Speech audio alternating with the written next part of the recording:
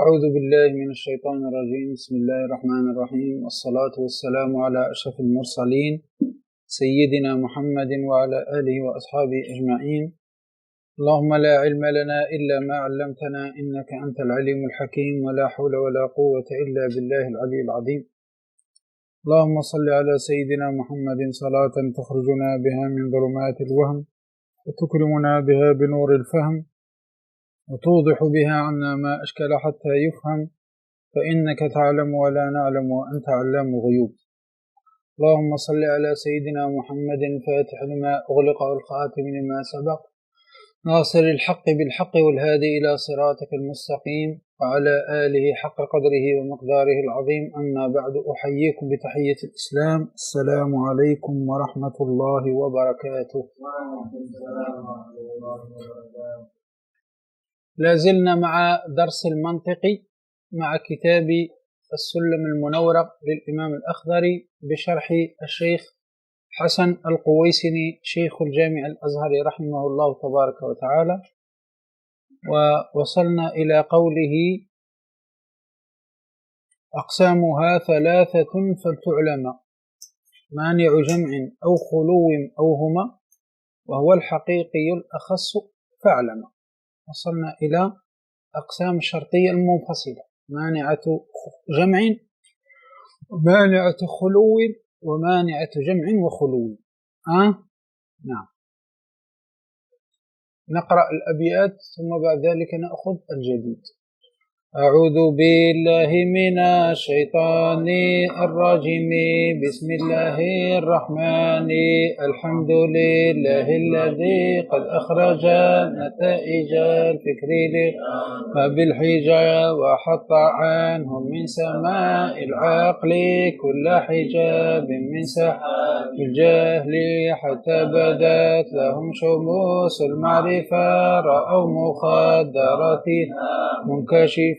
نحمده جل على الإنعام بنعمة الإيمان والإسلام، من خصنا بخير ما قد أرسل وخير من حاز المقامات العلا، محمد سيد كل مختفى العربي الهاشمي المصطفى، صلى عليه الله ما دام الحجا، يأخذ من بحر المعاني لججا، وآله وصحبه ذوي الهدى من شبهوا بأنجم في الاهتداء. وبعد فالمنطق للجنان نسبته كالنحو لساني، فيعصم الأفكار عن غي الخطأ، وعن دقيق الفهم يكشف الغطاء. فهك من أصوله قواعد تجمع من فنونه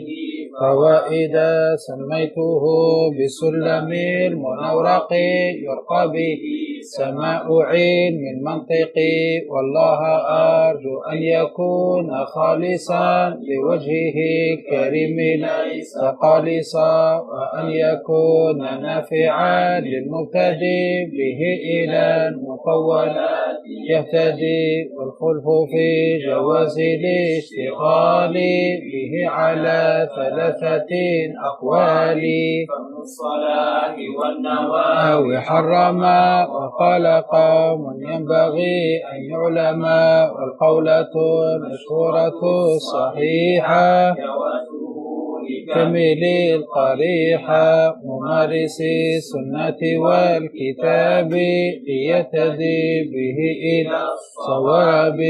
إدراك مفرد تصور علم، ودرك نسبة بتصديق وسم. وقدم الأول عند الوضع لأنه مقدم بالطبع، والنظر محتاج للتأمل، وعكسه هو الضروري الجلي. وما به إلى تصور وصل إذ بقول شريع تبتهل وما لتصدق به توصل بحجة يعرف عند العقلاء دلالة اللفظ على ما وافق يدعونها دلالة المطابقة وجزئه تضمنا وما لزم فهو التزام بعقل ملتزم مستعمل الألفاظ حيث يوجد إما مركب وإما مفرد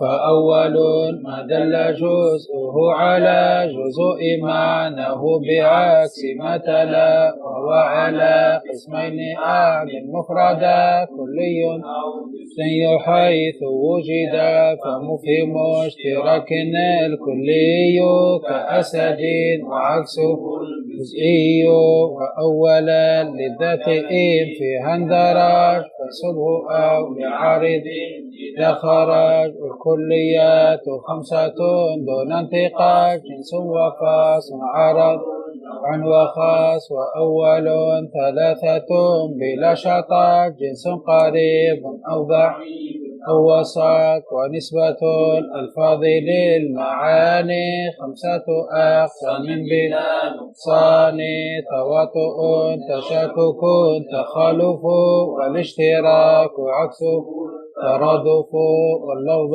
إما طلب أو خبر وأول 3 تذكر أمر مع استعلاء وعكسه دعاء وفي التساوي فالتماس وقع الكل حكمنا على المجموع ككل ذاك ليس ذا وقوع وحيثما لكل فرد حكم فإنه كلية قد علم والحكم للبعض هو جزئية وجزء معرفته جلية معرف إلى 3 قسم حد ورسمي ولفظي علم فالحد بالجنس وفاصل وقع جنس وخاصة مع وناقص الحد بفاصل أو مع جنس بعيد لقريب وقع وناقص الرسم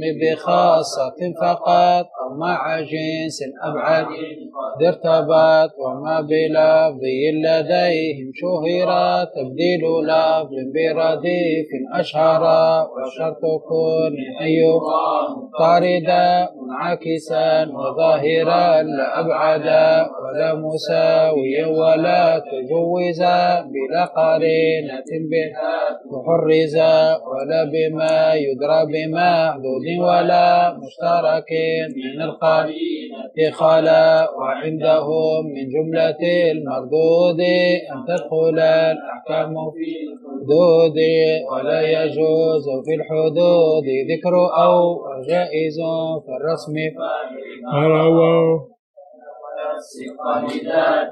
جرى بينهم قضية وخبرا ثم القضايا عندهم قسمان شرطية حملية والثاني كلية شخصية والأول إما مصور وإما مهمل الصور كليا وجزئيا يرى و4 أقسام حيث جرى إما بكل أو ببعض أو بلا شيء وليس بعض أو شبه جلا وكلها موجبة وسالبة فهي إذا 8 أيبا والأول الموضوع في الحملية والأخير المحمول بالسوية وإن على تعليق فيها قد حكم فإنها شرطية وتنقسم أيضا إلى شرطية متصلة ومثلها شرطية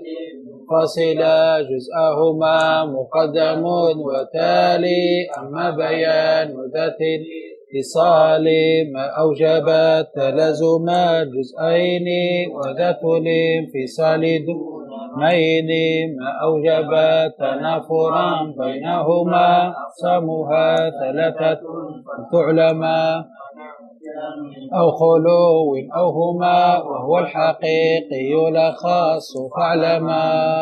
نعم.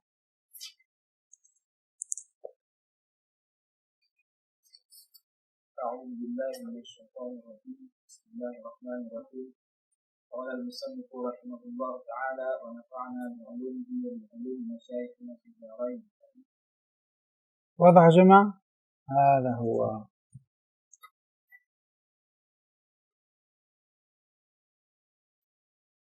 أقسامها أي القضية المنفصلة ثلاثة والتعلم الفاء زائدة واللام للأمر. اللام للأمر لتعلم. واضح؟ لتعلمن أصله لتعلمن. أقسامها ثلاثة لتعلمن، فاللام لام الأمر، والفعل المضارع مبني اتصاله بنون التوكيد الخفيفة. مفهوم؟ وهذه الألف منقلبة عن نون، منقلبة عن نون. الألف هذه أصلها نون، نون توكيد خفيفة، لكن كما أخذنا في الألفية وأبدلنها بعد فتح آلف وقفا كما تقول في قفا قفا كما أخذ. وهنا أصلها لتعلمن، لكن لما وقف عليها أبدلت نون ألفا في الوقف. وأبدلنها بعد فتح آلف وقفا كما تقول في قفا قفا، كذلك هنا لتعلمن لتعلما، فأبدلت الألف نونا فأبدلت النون ألفا. مفهوم؟ نعم. وتعلم مضارع مبني على الفتح لاتصاله بنون التوكيد المنقلبة ألفا في الوقف كما قلنا، لأنه لما أراد أن يقف عليها قلبت النون ألفا فأصبح لتعلم. أصله لتعلمن، أصله لتعلمن، لكن لما وقف عليها أبدلت الألف أبدلت النون ألفا فأصبحت لتعلما. فهمنا هذا الكلام؟ أيوة نعم. أقسامها ثلاثة لتعلم. أقسام الشرطية المنفصلة ثلاثة. أقسام الشرطية المنفصلة ثلاث أقسام. لتعلم أيها الطالب، لتعلم هذا، لتعلم هذا. نعم. أحدها مانع جمع. أحدها مانع جمع، في الحقيقة مانعة، لكن هو اعتبر أن القضية قول، القضية قول فذكرها فقال مانع، لم يقل مانعة. فهم كلام، لأنه اعتبر بأن القضية قول فقال مانع جمع، لم يقل مانعة جمع. فهم كلام؟ أيوة نعم، باعتبار أن القضية قول. نعم. قال هنا تحت، انظر ماذا قال تحت هنا، دائما تابع في الحاشية. قال مانع جمع ذكر، يعني جعله مذكر. لماذا؟ باعتبار أن القضية قول، أو اعتبر أن القضية قول فلذلك ذكر، قال مانع لم يقل مانعة. فهمنا؟ أيوة نعم. زيد. أي قضية مانعة جمع بين طرفيها ولا يجتمعان في الوجود. لا يجتمعان في الوجود يعني لا يمكن أن يجدا في وقت واحد، كما قلنا البارحة لا يمكن أن يجدا في وقت واحد، يكون العدد فرد وزوج في آن واحد، لا يجتمعان. اقرأ معي تحت ماذا قال؟ فلا يجتمعان في الوجود، أي سطر على هذا الكلام، لا يوجدان في وقت واحد في محل واحد. هذا معنى لا يجتمعان في الوجود، لا يوجدان في وقت واحد في محل واحد، هذا معنى لا يجتمعان في الوجود. هذه هي مانعة الجمع، لا يجتمعان في وقت واحد في محل واحد، هذا معنى مانعة جمع. هذا هو. نعم.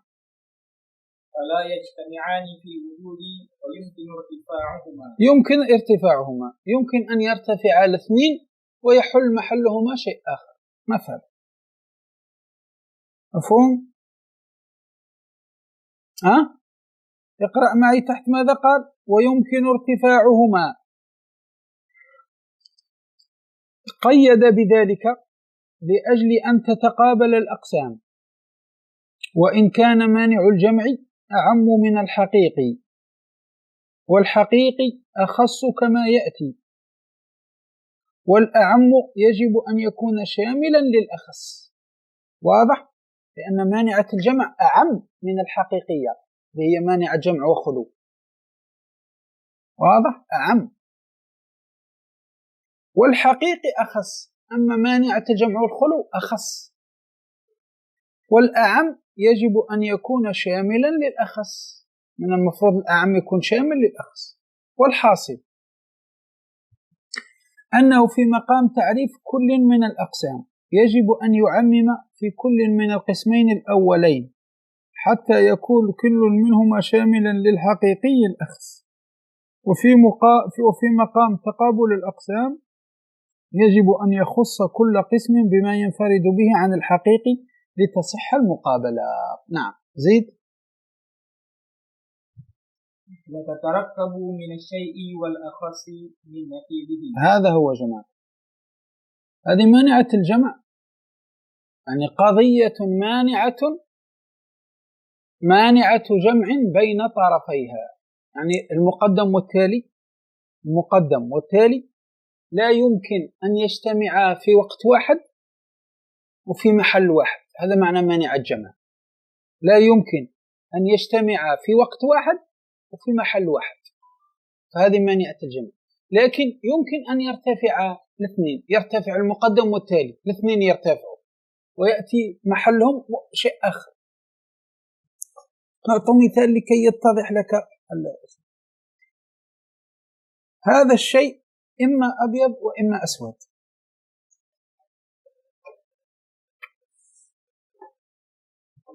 هذا الشيء إما أبيض أو أسود. هذا الشيء إما أبيض أو أسود.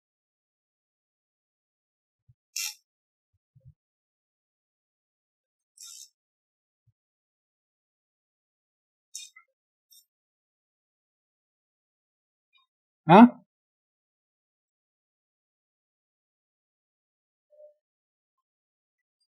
هذا الشيء إما أبيض أو أسود، صحيح؟ الآن هل الأبيض والأسود يجتمعان في آن واحد في محل واحد؟ هل يمكن أن يكون زيد هذا؟ هل يمكن أن يكون أبيض وأسود في آن واحد في محل واحد؟ هل يمكن؟ لا يمكن. هذا معنى مانع الجمع. لا يمكن أن يجتمع الأسود والأبيض في وقت واحد في محل واحد، هذا معنى لا يجتمع. لكن قد يرتفعان، قد يرتفع الأبيض والأسود ويأتي الأحمر، قد ولا لا؟ قد. هذا الشيء إما أبيض وإما أسود، قد يرتفع الأبيض والأسود ويصبح هذا الشيء أحمر أو أخضر أو أصفر أو أزرق، ممكن. هذه اسمها مانعة الجمع. فمانعة الجمع مستحيل المقدم والتالي مستحيل يجتمعان في وقت واحد وفي محل واحد، مجتمع محال. لكن قد يرتفعان الاثنين ويحل محلهما شيء آخر، كهذا المثال. هذا الشيء إما أبيض أو أسود. هل الأبيض والأسود يجتمعان في وقت واحد في محل واحد؟ لا، هذا معنى لا يجتمعان. لكن قد يرتفعان. هذا الشيء قد يرتفع عنه الأبيض والأسود ويأتي الأحمر أو يأتي الأصفر أو يأتي الأخضر وهكذا. مفهوم كلام؟ ها؟ فهمنا لا يجتمعان وقد يرتفعان. هذا معنى مانعة الجمع، لا يجتمعان وقد يرتفعان. مفهوم؟ قال لك الشيخ وتتركب من الشيء والأخص من نقيضه. انظر الآن،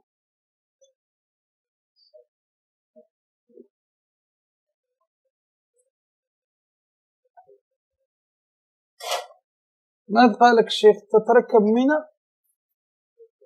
من الشيء والأخص من نقيضه.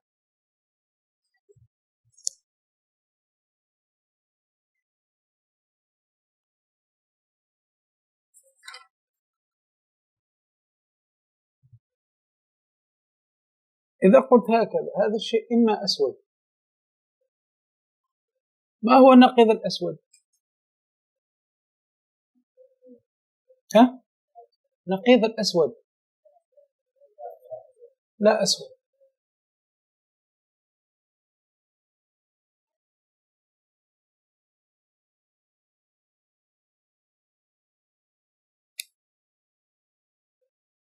هذا الشيء أسود، ما نقيضه؟ لا أسود، هذا نقيضه.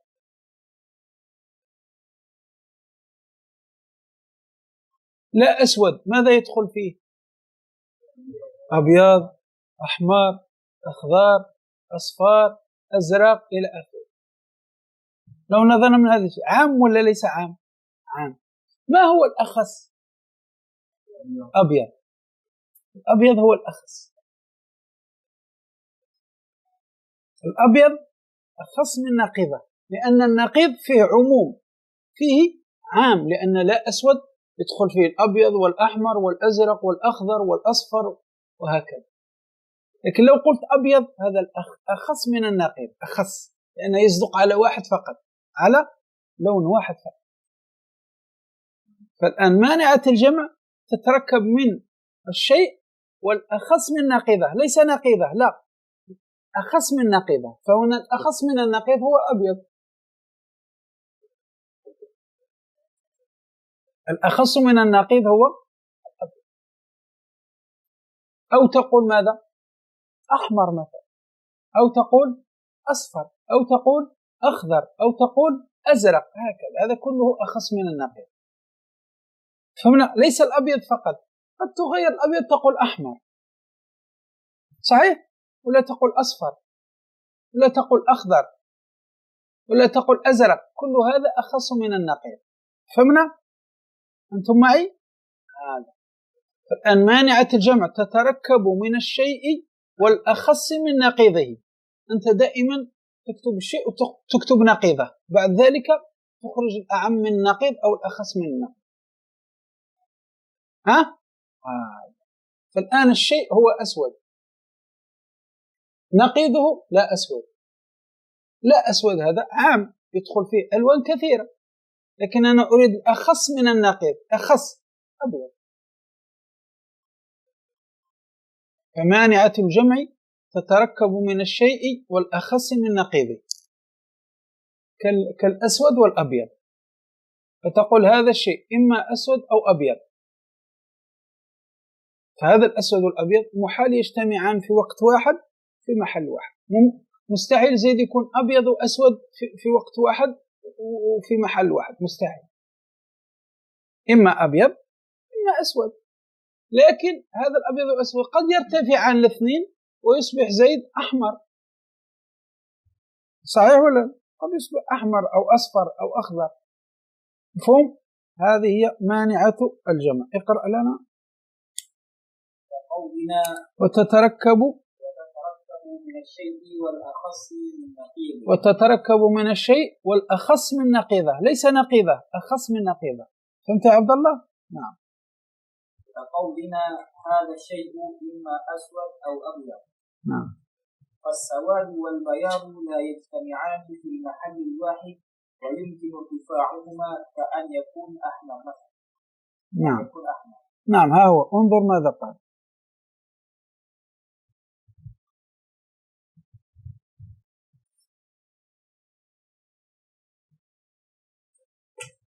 واضح؟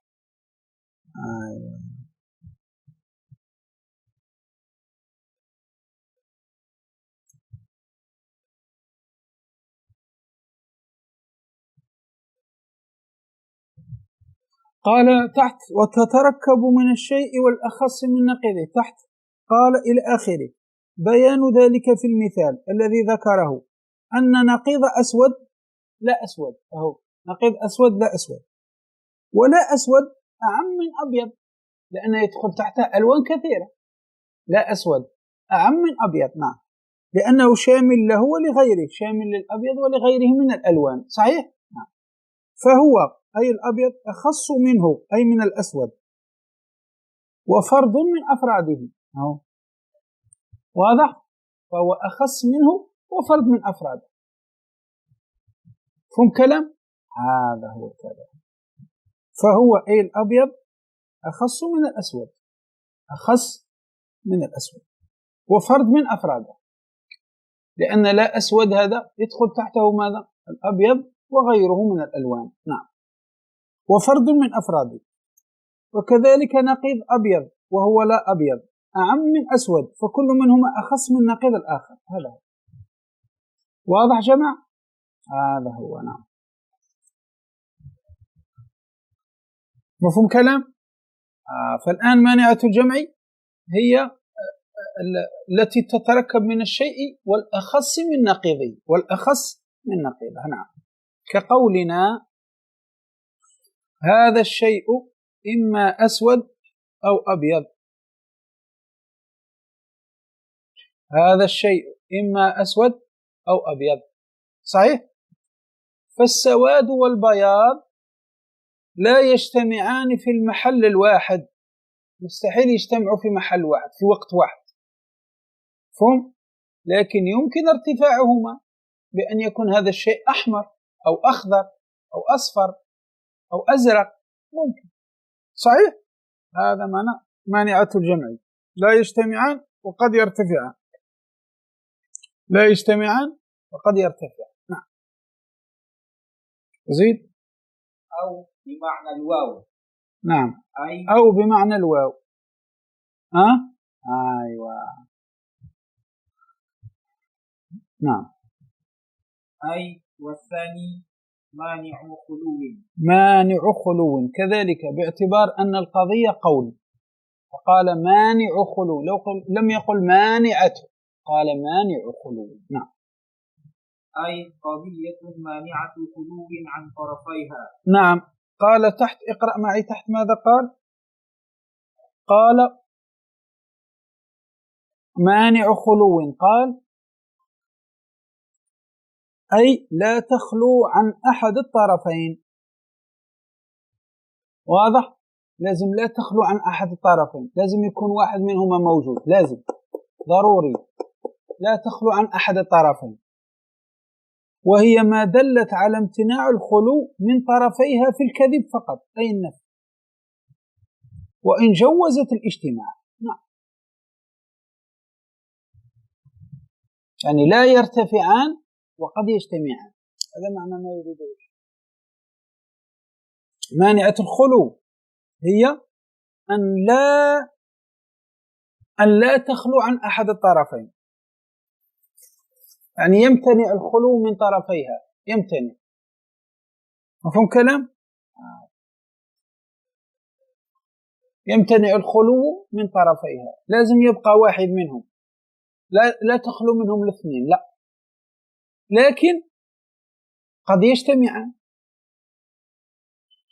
فمانعة الخلو لا يرتفعان وقد يجتمعان، لا يرتفع الاثنين، لا، يبقى واحد، لكن قد يجتمعان، هذه مانعة الخلو، تمنع من خلو الطرفين كلاهما، من خلو الطرفين كلاهما، نعم. قال هنا وإن قال لا تخلو عن أحد الطرفين، انظر، أي وهي ما دلت على امتناع الخلو من طرفيها في الكذب فقط، أي النفي، الكذب معناه النفي، وإن جوزت الاجتماع، وإن جوزت اجتماع، نحو زيد إما في البحر وإما أن لا يغرق. نأخذ هذا المثال، زيد إما في البحر وإما أن لا يغرق.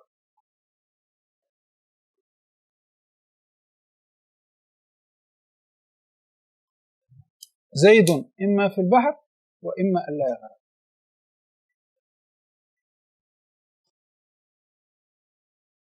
إما في البحر وإما أن لا يغرق.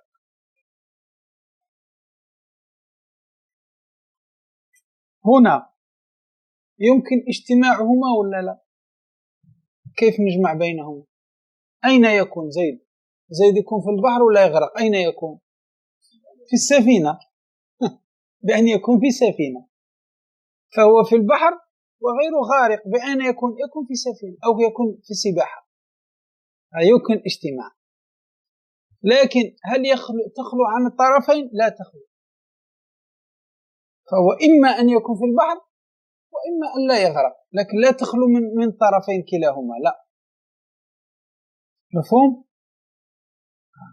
فقال الشيخ هنا فيمكن الجمع بينهما. تحت ماذا قال؟ فيمكن الجمع بينهما بأن يكون في البحر ولا يغرق، يمكن بأن يكون في سفينة أو يكون سباحة، ويمتنع خلوه عنهما بأن لا يكون في البحر بأن يكون في البر ويغرق. نعم، يمتنع الخلو عنهما بأن لا يكون في البحر. واضح؟ واضح كلام؟ ويمتنع خلوه عنهما بأن لا يكون في البحر بأن يكون في البر ويغرق.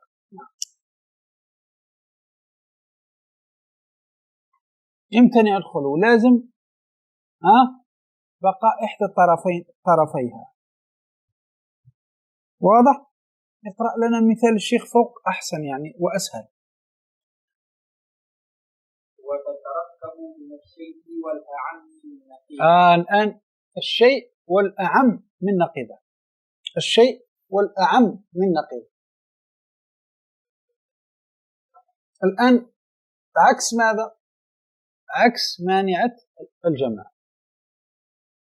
وتتركب من الشيء والأعم من نقيضه. والأعم من نقيض، كقولنا زيد كقولنا هذا الشيء. نعم، إما غير أسود أو غير أبيض. إما غير أسود وإما غير. هذا الشيء إما غير أسود وإما غير أبيض. صحيح؟ دائما تبحث عن نقيض الشيء. أولا تبحث عن النقيض، بعد ذلك تنظر إلى الأعم أو الأخص. هذا الشيء إما غير أسود غير أسود، ما نقيضه؟ أسود. نقيضه أسود. صحيح؟ هذا الشيء إما غير أسود نقيضه أسود. فالآن النقيض هنا أعم ولا أخص؟ أخص. النقيض أخص، أسود فقط واحد. فقلت هذا الشيء إما غير أسود، ما نقيضه أسود، فالنقيض أخص. لكن نحن نريد الأعم من نقيض. الأعم من نقيضه. ما هو الأعم من نقيضه؟ غير أبيض. الأعم من نقيضه هو غير أبيض، لأن الغير أبيض ماذا يدخل فيه؟ أسود، أحمر، أخضر، أصفر، أزرق. واضح كلام؟ الآن أهو أسود. الأعم من نقيضه هو غير أبيض، لأن غير أبيض أعم، يدخل فيه الأسود وغيره، يدخل فيه الأسود وغيره. هذا اسمه أعم من النقيض، لأن غير أسود نقيضه أسود. الأسود خاص، لكن نحن نريد الأعم من النقيض، فهو غير أبيض. فغير أبيض يدخل فيه الأسود وغيره من الألوان، فهو أعم. أو تقول مثلا غير أحمر يدخل فيه الأسود وغيره أو تقول غير أصفر فيدخل فيه الأسود وغيره من الألوان. فمانعة الخلو تتركب من ماذا؟ تتركب من الشيء والأعم من نقيضه، والأعم من نقيضه. عكس ماذا؟ عكس مانعة الجمع. مانعة الجمع تتركب من الشيء والأخص من نقيضه، لكن مانعة الخلو تتركب من الشيء والأعم من نقيضه. فأنت إذا عندك قضية لازم تبحث أولا عن النقيض، فإذا وجدت النقيض بعد ذلك تنظر إلى الأخص أو إلى الأعم. هنا الشيء إما غير أسود أو إما غير أبيض. غير أسود تبحث عن نقيضه، ما نقيضه أسود فنقيضه خاص، ونحن نريد الأعم، فالأعم هو غير أبيض فيدخل فيه الأسود وغيره من الألوان. فهمنا؟ هذا معنى الكلام. نعم. فيمكن اجتماعهما في الأحمر ولا يمكن ارتفاعهما. هذا هو، فيمكن اجتماعهما في الأحمر. أهو ممكن يجتمعوا ولا لا؟ ممكن يجتمعوا. ممكن يكون غير أسود وغير أبيض بأن يكون أحمر أو يكون أصفر أو يكون أزرق أو يكون زيد أخضر. ممكن اجتماعهما. يمكن اجتماعهما ولا يمكن اجتماعهما بأن يكون أخضر أحمر أصفر أزرق وهكذا. نعم. هذا هو. فيمكن اجتماعهما في الأحمر. أهو. ولا يمكن ارتفاعهما. ولا يمكن ارتفاعهما، لا يمكن أن يرتفعا معا. بأن يكون أسود أبيض معا. بأن يكون أسود أبيض معا. أهو. ولا يمكن ارتفاعهما. ولا يمكن ارتفاعهما بأن يكون أسود أبيض معا. أسود أبيض معا. مفهوم؟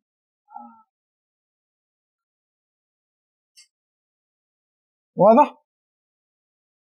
لا يمكن أن يكون أسود أبيض معا، لا، إما يكون أسود وإما يكون أبيض، لكن لا يمكن أن يكون أسود أبيض معا، لا يرتفعان مع بعض. واضح كلام؟ الله.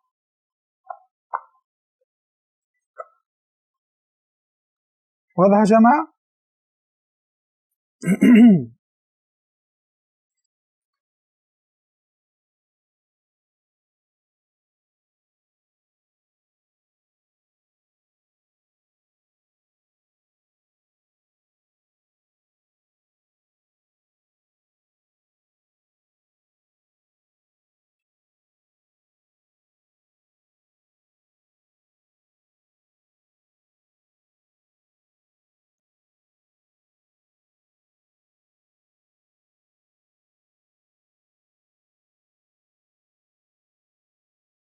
واضح؟ أيوة، هذا هو بمعنى لا يمكن ارتفاعهما معا، لا يمكن أن يرتفعا معا بأن يكون أسود أبيض معا، لا. واضح؟ هذا هو. نعم. ولا يمكن ارتفاعهما بأن يكون أسود أبيض معا، لا، إما يكون أسود وإما أبيض، لا. واضح يا جماعة؟ فالآن مانعة الخلو تتركب من الشيء والأعم من نقيضه، من الشيء والأعم من نقيضه. نعم. كقولنا هذا الشيء إما غير أسود أو غير أبيض، فيمكن اجتماعهما في الأحمر. يمكن هذا غير أسود وغير أبيض بأن يكون أحمر، لكن لا يمكن ارتفاعهما، لا يمكن يرتفعوا الاثنين بأن يكون أسود أبيض معا، لا يمكن هذا، لا يمكن هذا. فهي مانعة خلو عن طرفيها. نعم. مانعة خلو لا يمكن أن يرتفع، لا يمكن أن يرتفع الاثنين. نعم. زيد. أو بمعنى الواو، أي والثالث مانعهما أي الجمع والخلو. نعم، مانعة جمع وخلو، نعم الاثنين مع بعض، مانعة جمع وخلو. نعم. عطف على مانع وأقام المضاف إليه مقام المضاف.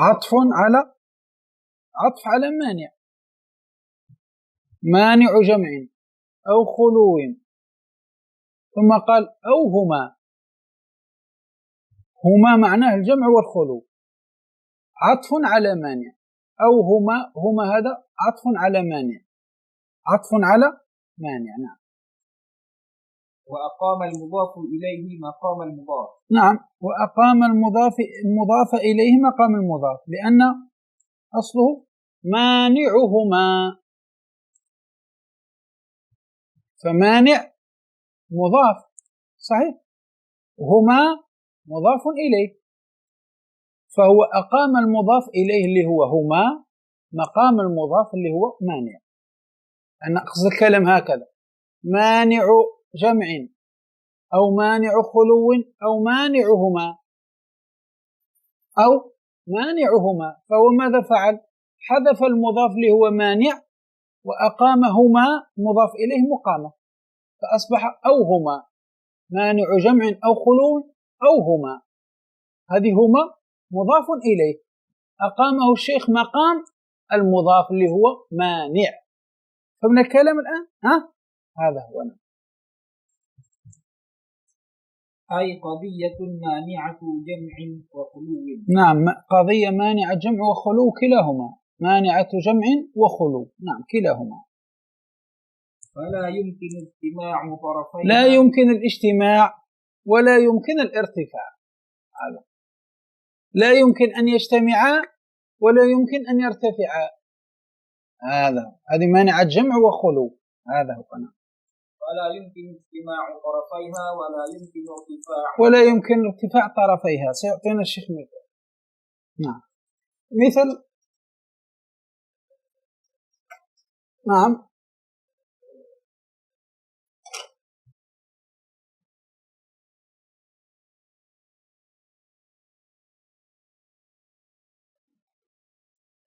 نعم وتتركب من الشيء ونقيضه. أيوة، هذه تتركب من الشيء ونقيضه، هذا الشيء إما أسود وإما غير أسود، هذا أبيض وإما غير أبيض، هذا أصفر وإما غير أصفر، تتركب من الشيء ونقيضه. نعم. كقولنا هذا إما حيوان أو غير حيوان. حيوان أو غير حيوان، هذا إما حيوان أو غير حيوان.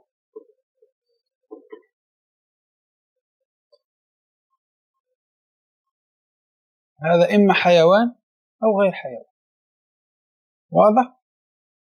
أيوة. هل يمكن اجتماعهما؟ هل يمكن أن يكون زيد حيوان وغير حيوان في وقت واحد؟ لا. هل يمكن يرتفع الاثنين زيد لا حيوان ولا غير حيوان؟ أما يكون ماذا؟ إذا كان لا حيوان ولا غير حيوان ماذا يكون؟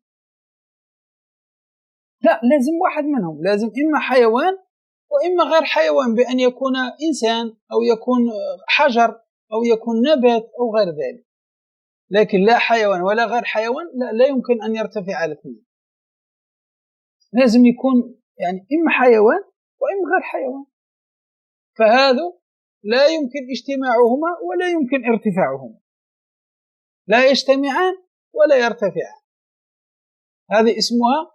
هذه هي مانعة الجمع والخلو، لا يجتمعان ولا يرتفعان، لا يخلو عنهما، لا يخلوان ولا يجتمعان. فهم جماعة؟ زيد.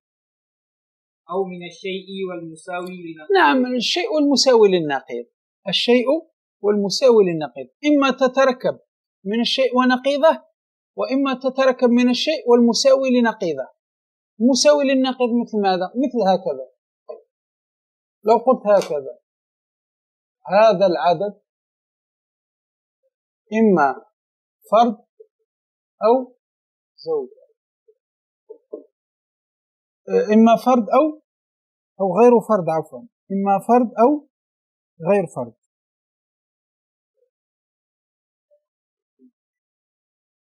إما فرد وإما غير فرد أو غير.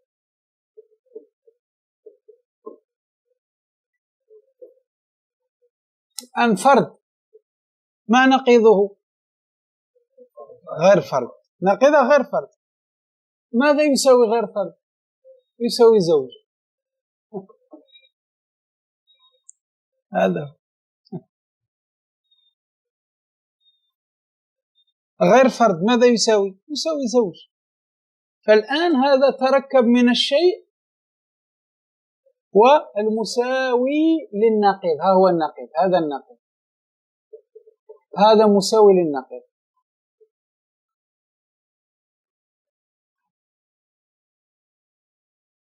فمانعة الجمع والخلو إما تتركب من الشيء ونقيضه، وإما تتركب من الشيء والمساوي لنقيضه. هذا فهمنا جماعة الخير؟ فهذه هي مانعة الجمع والخلو. مانعة الجمع لا يجتمعان ولا يرتفعان. ما ضابطها؟ أن تتركب من الشيء ونقيضه، أبيض غير أبيض، أسود غير أسود، أصفر غير أصفر، أحمر غير أحمر، أو تتركب من الشيء والمساوي للنقيض، مثل هذا العدد فرد، إما فرد أو زوج. هذا العدد إما فرد أو غير فرد. ما هو المساوي لغير فرد؟ زوج. فتقول هذا العدد إما فرد أو زوج، لأن زوج مساوي للنقيض. هذا زوج مساوي لنقيض فرد، لأن فرد نقيضه غير فرد. أنا أتيت بالمساوي للنقيض، قلت زوج، فقلت هذا العدد إما فرد أو زوج. فهمنا يا جماعة الخير؟ هذا هو. نعم. قال تحت، انظر ماذا قال تحت، اقرأ معي في الحاشية. قوله والمساوي لنقيضه، أي والذي يساويه وجودا ونفيا، الذي يساويه وجودا ونفيا، بحيث يكون متى تحقق أحدهما تحقق الآخر. نعم. ومتى انتفى أحدهما انتفى الآخر. هذا معنى الصدق والكذب. فليس أحدهما أعم من الآخر ولا أخص منه، وإنما مساوي له، لا هو أعم منه ولا هو أخص منه. يساويه في الوجود في الصدق وفي النفي في الكذب. إذا كان تحقق أحدهما يتحقق الآخر، إذا تحقق غير فرد يتحقق زوج، إذا انتفى غير فرد ينتفي زوج. هذا معنى. فالآن الفرد والزوج، الفرد الزوج لا هو أعم من غير فرد ولا هو أخص منه، وإنما مساوي له في كل شيء، مساوي له في الصدق وفي الكذب. مفهوم يا جماعة؟ هذا معنى كلام شيخنا. زيد يا مولانا. وقولنا هذا العدد إما زوج أو فرد. إما زوج أو فرد. الآن هذه هذا القضية الثانية اشتملت على ماذا؟ على الشيء وماذا؟ لا، كيف نقيض؟ هذا العدد إما زوج أو فرد مساوي لنقيضه. أيوة، هذا مثال للمساوي لنقيضه، لأن العدد إما زوج، ما نقيض زوج؟ غير زوج. ما هو المساوي لغير زوج؟ فرد. هذا هو. فالشيخ قال لك هذا العدد إما زوج أو فرد. الآن هذه تركبت من الشيء والمساوي لنقيضه. هذا هو. فهمنا يا جماعة الآن؟ قال تحت هنا إما زوج أو فرد، أي فإن نقيض زوج لا زوج أهو، وهو مساو لفرد. ركز معي، إذ لا واسطة بينهما. وكذلك نقيض فرد لا فرد وهو مساو لزوج، فكل منهما مساو لنقيض الآخر. هنا يا جماعة؟ أيوة، واضح وضوح الشمس. نعم. فلا يمكن اجتماع الزوجية والفردية في العدد. لا يمكن أن يكون العدد فرد وزوج في آن واحد، مستحيل. رقم 2 مثلا، هل يمكن أن يكون زوج وفرد في وقت واحد؟ لا، هذا معنى لا يجتمعان. هذا معناه لا يجتمع. نعم. ولا يمكن ارتفاعهما. هذا العدد 2 هل يمكن أن يرتفع عنه لا فرد ولا زوج؟ لا، لازم يكون إما فرد إما زوج، لا يرتفع عن الاثنين. إذا ارتفع كيف الآن؟ إذا ارتفع 2 ماذا نطلق عليه؟ فهذا معنى لا يجتمعان ولا يرتفع. واضح كلام؟ لا يخلو عنهما العدد. نعم. وهو أي مانع الجمع والخلو الحقيقي. هو الحقيقي، هو ماذا؟ هو المنفصل الحقيقي. مانعة الجمع والخلو هي القضية الشرطية المنفصلة حقيقة، لأن فيها لا اجتماع ولا ارتفاع، فيها الاثنين لا يجتمعان ولا يرتفعان. نعم. لأن التعاند فيه بين الطرفين في الصدق والكذب. نعم، لأن التعاند بين الطرفين، بين المقدم والتالي، في الصدق والكذب، في الصدق والكذب. قال لأن التعاند أي إلى آخره، أي وما كان بجهتين أتم مما كان بجهة واحدة، لأن في مانعة الجمع والخلو ممكن يجتمعان صحيح، فهي مانعة من جهة واحدة. ومانعة الخلو مانعة الجمع لا يجتمعان وقد يرتفعان، فمانعة من جهة واحدة. ومانعة الخلو قد يجتمعان ولا يرتفعان، فهي مانعة من جهة واحدة. لكن مانعة الجمع والخلو مانعة من الجهتين، مانعة من الجمع ومانعة من الخلو، كلاهما اثنين.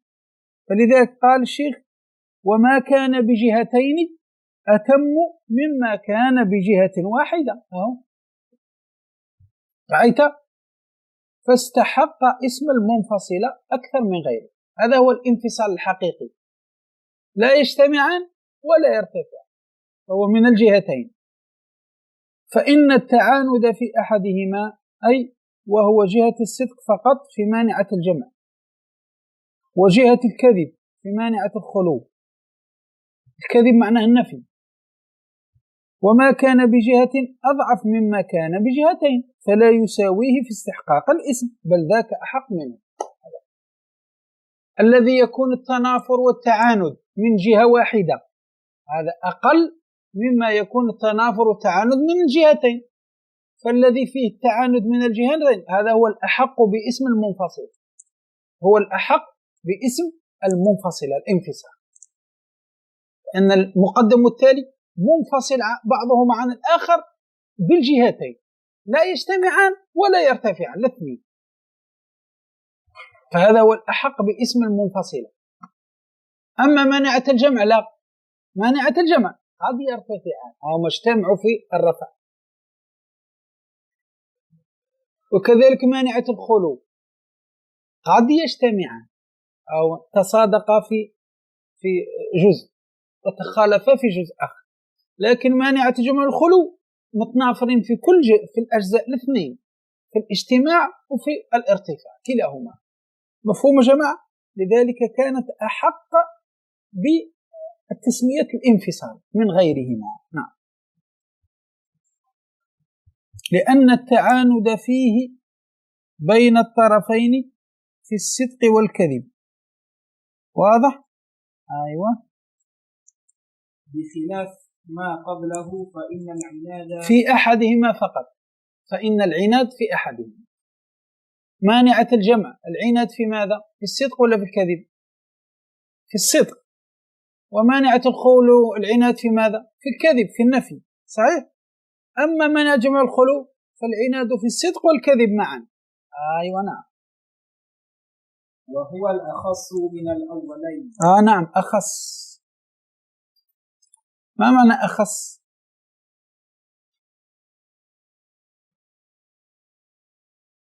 إذا وجدت مانعة الجمع والخلو وجدت مانعة الجمع ووجدت مانعة الخلو. واضح؟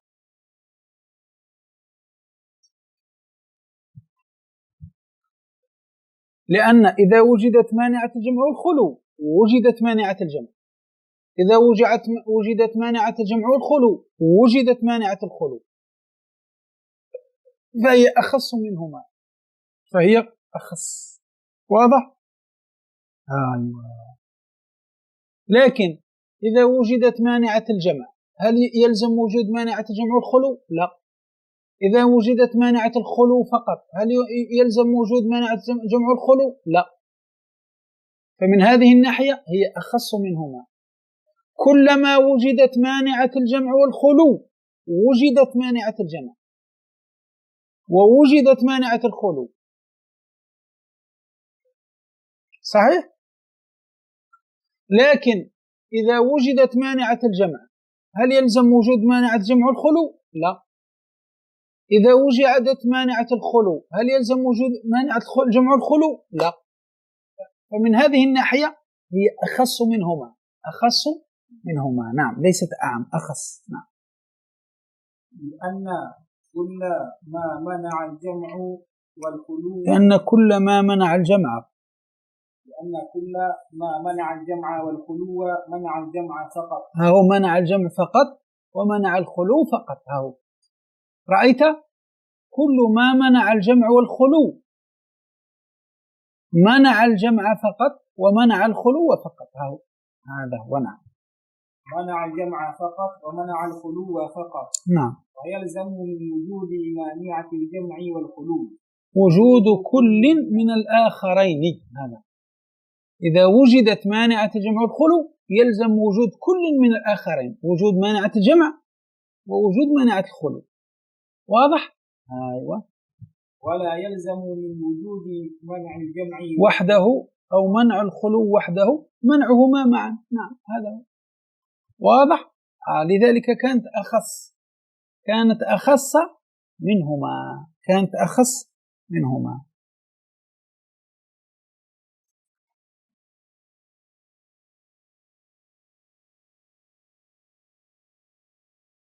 واضح يا جماعة؟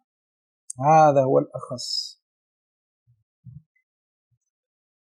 هذا معنى كلمته الأخص، وهو الحقيقي، هو الأحق بالتسمية، هو أحق بتسمية الانفصال. مانع الجمع والخلو هي الأحق بتسمية الانفصال، بتسمية شرطية منفصلة. لماذا؟ قال لك لأن التعاند فيها من الطرفين، في الصدق والكذب كلاهما. في الإثبات الصدق معناه الإثبات والكذب معناه النفي. هذا بخلاف ما قبله، فإن العناد في جهة واحدة فقط، إما في الصدق فقط وإما في الكذب فقط، في النفي. وهي قلنا مانع الجمع والخلو أخص من الأولين، أخص، ليست أعم، أخص منهما. لماذا؟ لأن كل مانعة جمع وخلو تدخل تحتها مانعة الجمع وتدخل معناها تحتها مانعة الخلو، فهي أخص منهما، أخص. واضح كذا؟ لكن إذا وجدت مانعة الجمع فقط أو مانعة الخلو فقط فلا يلزم وجود مانعة الجمع والخلو، فلذلك كانت أخص منهما. فهمنا يا جماعة؟ نزيد. وقوله فعل ما كمل به البيت، تكملة للبيت فقط. فعل ما تكملة للبيت فقط. فالآن عندنا أقسام الشرطية المنفصلة ثلاثة: مانعة جمع، مانعة جمع وهي الذي ماذا؟ لا يجتمعان وقد يرتفعان. صحيح؟ ما ضابطها؟ أن تتركب من الشيء والأخص من نقيضه. وعندنا مانعة الخلو، مانعة الخلو يعني قد يجتمعان ولا يرتفعان، وتتركب من الشيء والأعم من نقيضه. وعندنا مانعة الجمع والخلو، مانعة الجمع والخلو وهي التي تتركب من الشيء ونقيضه أو الشيء والمساوي لنقيضه. وهي الحقيقية بهذا الاسم. لماذا؟ لأنها تمنع الجمع وتمنع الخلوة، فهي الأحق بالاسم، وهو الحقيقي، هي الأحق بهذا الاسم اللي هو الانفصال. الأخص لأنها أخص من جامعة المنع فقط أو جامعة الخلو فقط، لأنها إذا وجدت وجد الجمع فقط والخلو فقط. أما العكس فلا. واضح يا جماعة الخير؟ هذا ما أخذنا في هذا الدرس وفي هذا القدر كفاية. نسأل الله تبارك وتعالى أن يجعلنا من الذين يستمعون القول فيتبعون أحسنه، أولئك الذين هداهم الله وأولئك هم أولو الألباب. وصلى الله وسلم وبارك على سيدنا محمد وعلى آله وصحبه وسلم، والحمد لله رب العالمين.